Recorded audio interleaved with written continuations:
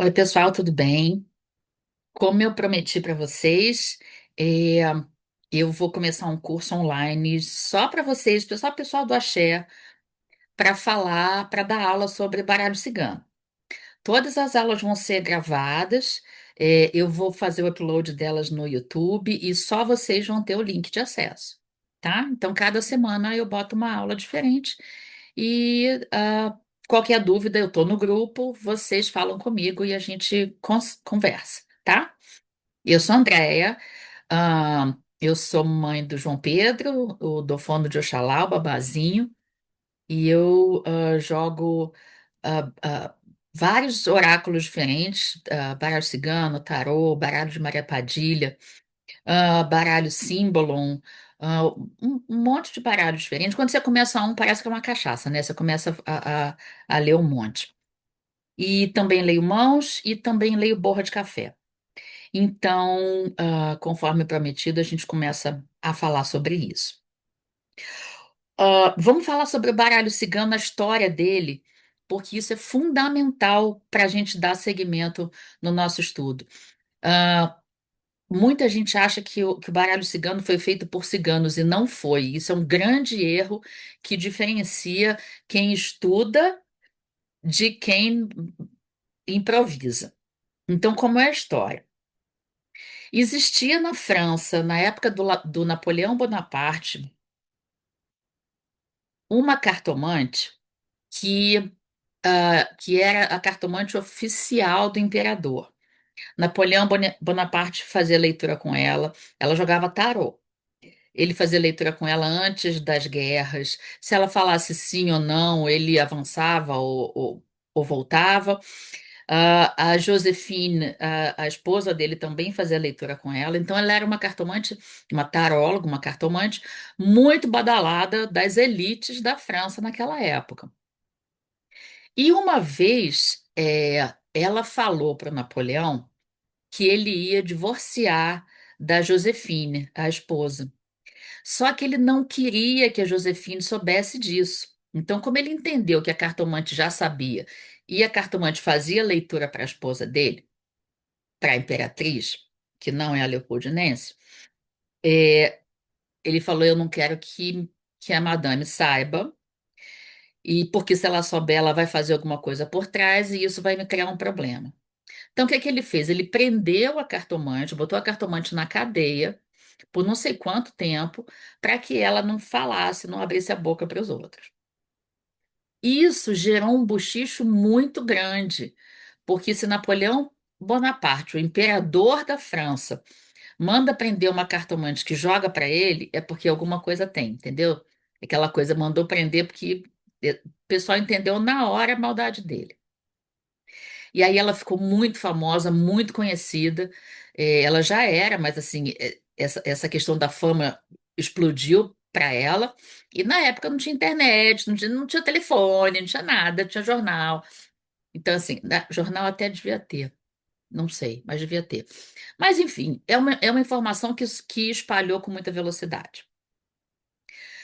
3 anos após a morte de Mademoiselle Lenormand, esse é o nome dela, Mademoiselle Lenormand, a cartomante. Um alemão que havia criado um baralho, na época existia um baralho que era um baralho para entretenimento. Como a gente joga Uno, sabe aquelas cartinhas de Uno, bota o naipe, compra mais, para de jogar, volta, a mesa volta.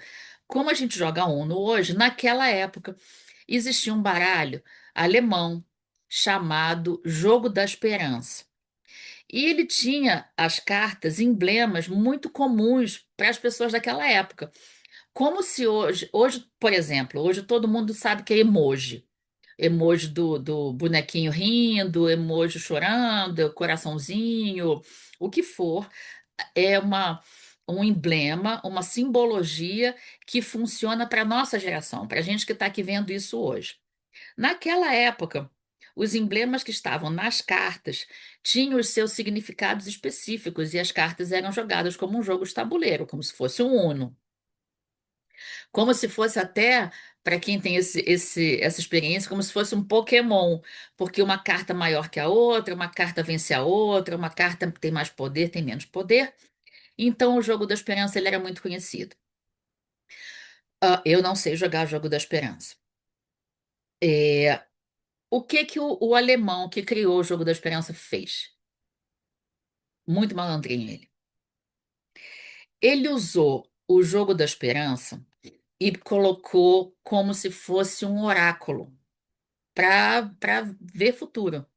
Ele atribuiu a identidade de Mademoiselle Lenormand ao baralho que já existia, dizendo: Este é o oráculo que Mademoiselle Lenormand usava para ler a sorte de Napoleão.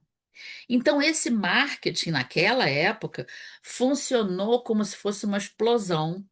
E um baralho que era só para jogo, jogo informal, jogo de entretenimento, de tabuleiro, acabou virando um oráculo, e essa fama se espalhou por todo mundo. O Brasil é o único país, o Lenormand existe no mundo inteiro. Eu já viajei um bocado e eu já vi Lenormand no Japão, aqui nos Estados Unidos, onde eu moro, tem todos os cantos, tem inclusive até evento para debater o Lenormand, para evento educativo, né? Assim, tem muito aqui. Mas só no Brasil existe esse apelido de baralho cigano. O baralho cigano é realmente um apelido do baralho Lenormand. O baralho não foi criado por cigano, ele não quer dizer que cigano necessariamente, quem é da etnia, necessariamente usa esse baralho, não tem nada a ver uma coisa com a outra. Mas a gente acabou atribuindo isso como uma. é, a gente liga, né, a etnia ao grupo cigano. Mas uma coisa não tem nada a ver com a outra. Que mais? Então, baralho cigano chegou no Brasil, baralho Lenormand, e a gente atribuiu essa questão do baralho cigano. Na década de 80, mais ou menos, ah, uma mãe de santo chamada Cátia Bastos. Ela tem um terreiro enorme, ah, no Recreio, ou em Vargem Grande, é no Rio. Eu não sei bem onde é, eu nunca fui, mas é um terreiro grande que chama Tribo Cósmica. Ela ressignificou essas cartas do baralho Lenormand, atribuindo a algumas cartas algumas identidades dos orixás que nós conhecemos. Então, ela criou, ela fundou o que nós chamamos de escola brasileira. O baralho Lenormand, ele tem a escola alemã, a escola francesa, que a gente chama de escola europeia. São pequenas diferenças entre a alemã e a francesa, que eu não vou saber pontuar aqui, mas é o que a gente chama de escola europeia, com os significados originais. E nós, porque o brasileiro é diferente, a gente criou, Cátia Bastos criou a escola brasileira, onde as cartas se associam, algumas cartas se associam a alguns orixás. Nem todos os orixás são com- contemplados, e nem todas as cartas também têm um significado específico. Mas, eventualmente, é, a gente que é do santo, principalmente, a gente usa esses significados para, como se fosse um recado de Xangô, ah, tem uma interferência aqui na energia de Ogum. Então, a gente usa alguma simbologia da nossa realidade mais próxima, até para facilitar um pouco a interpretação das cartas, e a gente puxa um pouco de orixá para a leitura. E, novamente, isso é a escola brasileira, a escola original, a escola europeia não tem nada a ver com isso. E só, novamente, só no Brasil a gente tem esse tipo de interpretação. Ah, o que que se vê nas cartas? O baralho Lenormand são normalmente 36 cartas. Ah, alguns cartomantes criam seus próprios baralhos e fazem cartas extras ou cartas adicionais. A gente vai falar isso ao longo da conversa. Mas normalmente o baralho Lenormand é um baralho com 36 cartas. Todas as cartas, sem exceção, elas têm uma polaridade, que é a energia principal da carta, ela pode ser ah, positiva, neutro positiva, neutra, neutro negativa ou negativa. Isso é a polaridade da carta.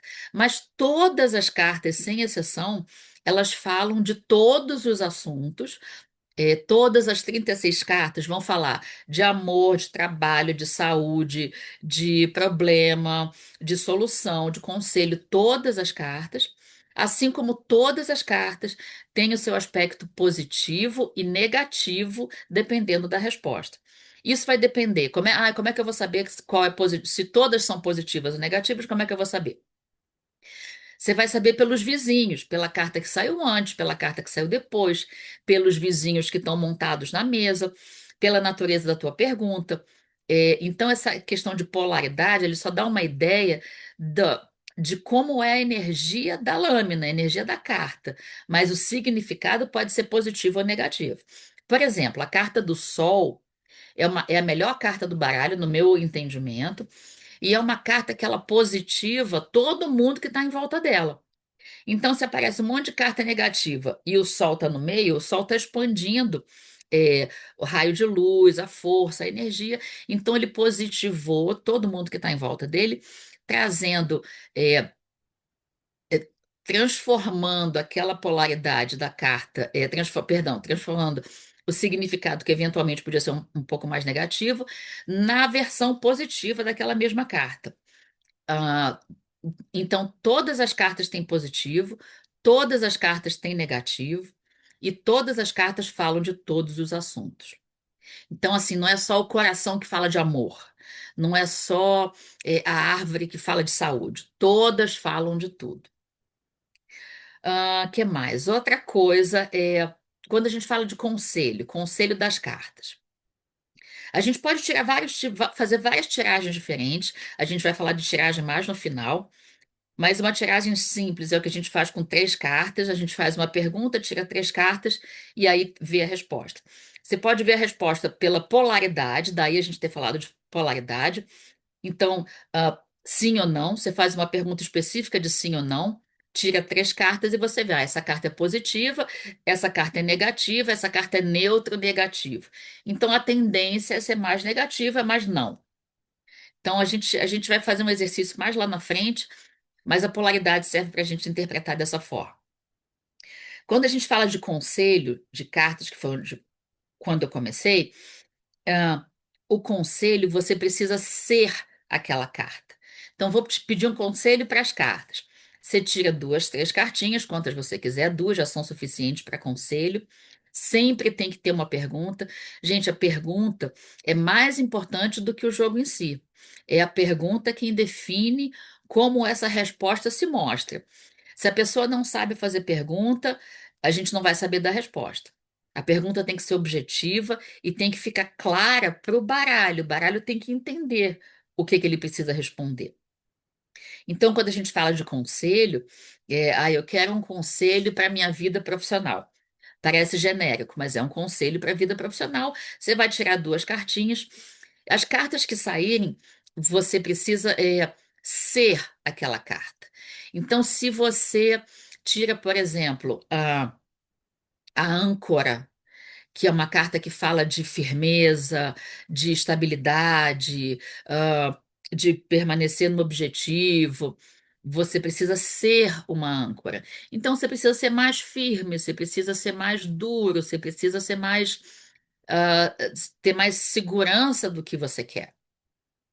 Então, quando a gente fala de conselho, a gente precisa, entender quais são as qualidades, os defeitos daquela carta e vamos ser aquela carta que mais que a gente fala antes da gente começar com significado? Gente, significado, perdão, significado nem é tão importante. Claro que é, mas nem é tão importante como entender toda a construção que se faz com relação à carta. É, apesar os emblemas são todos muito fáceis, dentro do Lenormand é tudo muito fácil, são imagens fáceis da gente conhecer, imagens que a gente usa no dia a dia, mas você precisa entender aquilo dentro do teu sistema de crenças, dentro do teu sistema de entendimento. Porque o que pode funcionar para mim pode não funcionar para você. Ah, por exemplo, ah, eu interpreto família na casa, na carta casa. A carta que representa casa, para mim, representa família também. Porque é onde a família se encontra, é onde a família vive. Outras pessoas interpretam a família na lâmina da árvore, porque é onde você cria raízes, onde você tem desenvolvimento.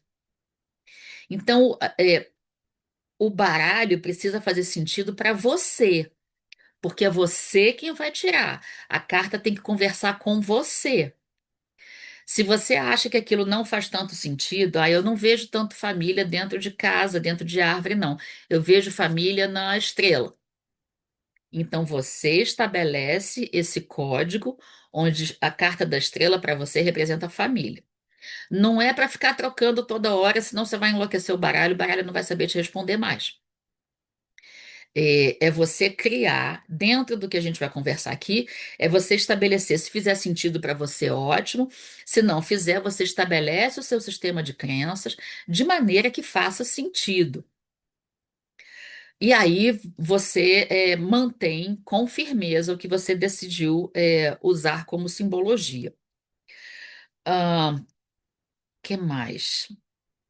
Que mais? Bom, vamos falar um pouquinho de carta para a gente começar?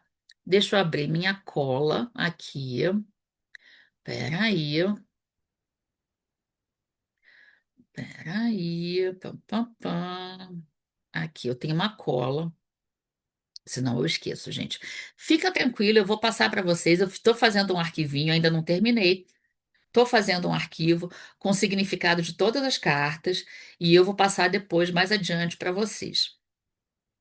Então, carta número um. Ah, peraí, antes da gente começar, tá vendo? Tem muita coisa acontecendo. Existem dois tipos de baralho Lenormand. O Petit Lenormand, Petit é pequeno em francês, que é o que a gente vai jogar. É o Petit Lenormand, que ele tem 36 cartas e tem. Peraí. O grande Lenormand, que é esse aqui, olha. Esse aqui, Le Grand Jeu Mademoiselle Lenormand. E ele é diferente porque as cartas são muito diferentes. Enquanto as cartas do Petit Lenormand, que é o baralho cigano que a gente vai jogar, são desenhos simples e bem definidos para a gente, o Grand Lenormand, ele é diferente, olha, ele tem... Opa, cadê? Ai, a gente pede para tirar o foco, ele tira o foco de tudo, né? Jesus amado, gente, vamos lá. Vamos ver se eu consigo. Aqui, pronto, foi. Então, esse é o Grand Lenormand, e ele tem uma cena. Ele não é uma figura só como estrela, cegonha, criança. Ele tem uma cena. E a cena, ela está baseada na mitologia greco-romana. Então, aqui são duas cenas pequenas, um emblema no meio e a cena maior. Então, esse baralho Grand Lenormand, ele tem toda uma história de mitologia para correr por trás dele. Ele não é simples, eu estou tentando estudar, mas o livrinho que eu tenho dele é todo em francês, então eu demoro muito tempo traduzindo de uma coisa para outra, eu não falo francês, então esse tem sido um aprendizado mais longo. Mas vamos lindamente passar aqui para o nosso Lenormand, para a gente falar da primeira carta, que é a carta do cavaleiro. Deixa eu ver se ela está aparecendo aqui para vocês. O cavaleiro. O cavaleiro é um homem em cima de um cavalo, fazendo a sua ronda, correndo a sua gira. O cavaleiro é uma carta neutro positiva. Não é uma carta exatamente positiva, é uma carta que tem uma tendência a ser positiva. O cavaleiro, ele está circulando entre uma cidade para outra, carregando a sua correspondência, trazendo uma comunicação. O cavaleiro fala muito de comunicação, mas comunicação em movimento. Coisas que estão em movimento, coisas que já começaram, coisas que já estão desenvolvendo. Então, fala movimento, concretização e realização de objetivos, que são questões que já estão em andamento e que você precisa continuar a fazer aquele movimento acontecer. Algo que ainda não está pronto, ainda não está finalizado, ainda não está materializado, mas já está andando, já existe essa energia, ou física, ou materializada, ou ali no mundo superior que a gente não viu ainda. Mas as coisas já estão em andamento. Pode ser também conquista de bens, é, bens materiais ou promoção, é alguma coisa que está vindo ao seu encontro, existe uma movimentação aí, ah, onde você precisa manter a motivação. Essa é uma carta que fala muito de motivação. Ah, Se o cavaleiro cansa e para, a comunicação não chega onde ela tem que chegar. As coisas não acontecem como elas têm que acontecer. Então, a carta do cavaleiro, ela fala sempre de motivação. Você não pode parar, você tem que continuar. Vai seguindo em frente. O cavaleiro também tem a capacidade de mudar o rumo da situação, porque ele chega com a mensagem. Então, ele chega com a informação, ele chega com a notícia. É quando a pessoa recebe uma informação a mais, recebe uma dica, alguma coisa que faça ela criar mais estímulo e vontade de seguir. Algo está chegando para o nosso consulente. Coragem, iniciativa, motivação. No lado negativo dessa carta, a gente vê preguiça, aí a gente interpreta o cavaleiro do lado negativo dele. O que que ele não é? O que que torna ele um cavaleiro ruim? Preguiça, falta de motivação, desinteresse, lerdeza, acomodação. Essa é a parte negativa, quando o cavaleiro não performa, quando ele não age da maneira como ele deveria agir. Então, essa é a parte negativa, da carta do cavaleiro, puxar as coisas para um movimento muito lento, deixar as coisas muito mais paradas do que elas deveriam acontecer. Pela interpretação da escola brasileira, é, e repetindo, é uma interpretação que só existe aqui para gente. Essa carta representa o Exu Bara, que é o Exu Orixá, não o Exu entidade, como a gente conhece. É, é, Tranca-Rua, Seu Zé, Zé Pilintra, enfim, a galera toda. Esse é Exu Bara, Exu Orixá, que é o grande dono das comunicações. Então, entendemos que essa carta representa a abertura de caminho vinda através da comunicação. Ok? Foi, galera. Então eu vou soltar só esse vídeo. Vocês assistem. Fala se ficou faltando alguma coisa. Aí eu melhoro para o segundo vídeo e a gente dá seguimento. Beleza, todo mundo? Tá? Então, e dúvidas, vocês podem colocar no grupo também, tá? Ou então, para não ficar poluindo o grupo com essas mensagens, quem quiser me mandar mensagem individual, pode escrever no YouTube, que eu vou ler também, ou me manda mensagem no privado para a gente não ficar enchendo o grupo com pergunta. Combinado? Então tá, pessoal. Vamos encerrar rapidamente aqui nossa conversa e depois eu trago mais aula para vocês. Um beijo grande para vocês. Fiquem com Deus. Deixa eu encerrar aqui. Até já.